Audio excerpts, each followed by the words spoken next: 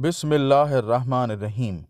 حضرت علی رضی اللہ تعالیٰ عنہ کے عدل و انصاف کا ایک اور دلچسپ واقعہ بہت مشہور ہے۔ دو شخص سفر پر نکلے ہوئے تھے، کھانا کھانے کے لیے کسی جگہ پر اکٹھے بیٹھ گئے۔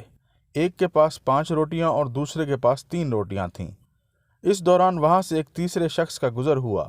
دونوں نے اس تیسرے شخص کو اپنے ساتھ بٹھا لیا اور مل کر روٹیاں کھانے لگے۔ کھانے کے بعد تیسرے شخص وہاں سے جاتے ہوئے دونوں کو روٹی کی قیمت کے طور پر 8 درہم دے گیا۔ اب دونوں میں 8 درہم کی تقسیم پر جھگڑا شروع ہو گیا۔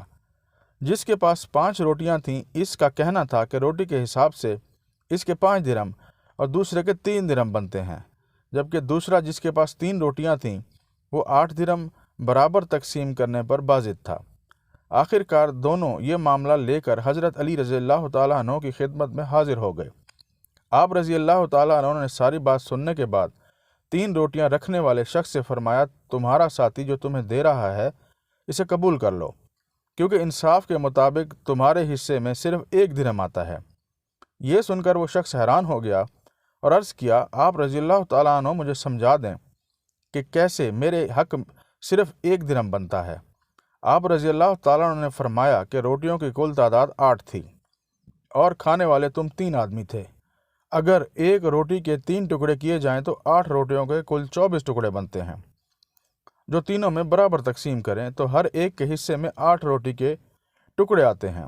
تم نے اپنی 3 روٹیوں کے 9 ٹکڑوں میں سے 8 ٹکڑے کھا لیے اور باقی 1 ٹکڑا بچا، جبکہ تمہارا ساتھی نے اپنی 5 روٹیوں کے 15 ٹکڑوں میں سے 8 ٹکڑے کھائے تو باقی 7 ٹکڑے بچے۔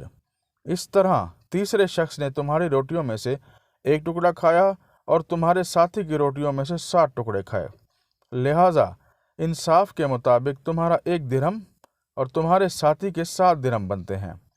اس منصفانہ تقسیم پر دونوں متفق ہو گئے اور 5 روٹی والے نے 7 درہم اور 3 روٹی والے نے 1 درہم لے لیا۔ جزاک اللہ۔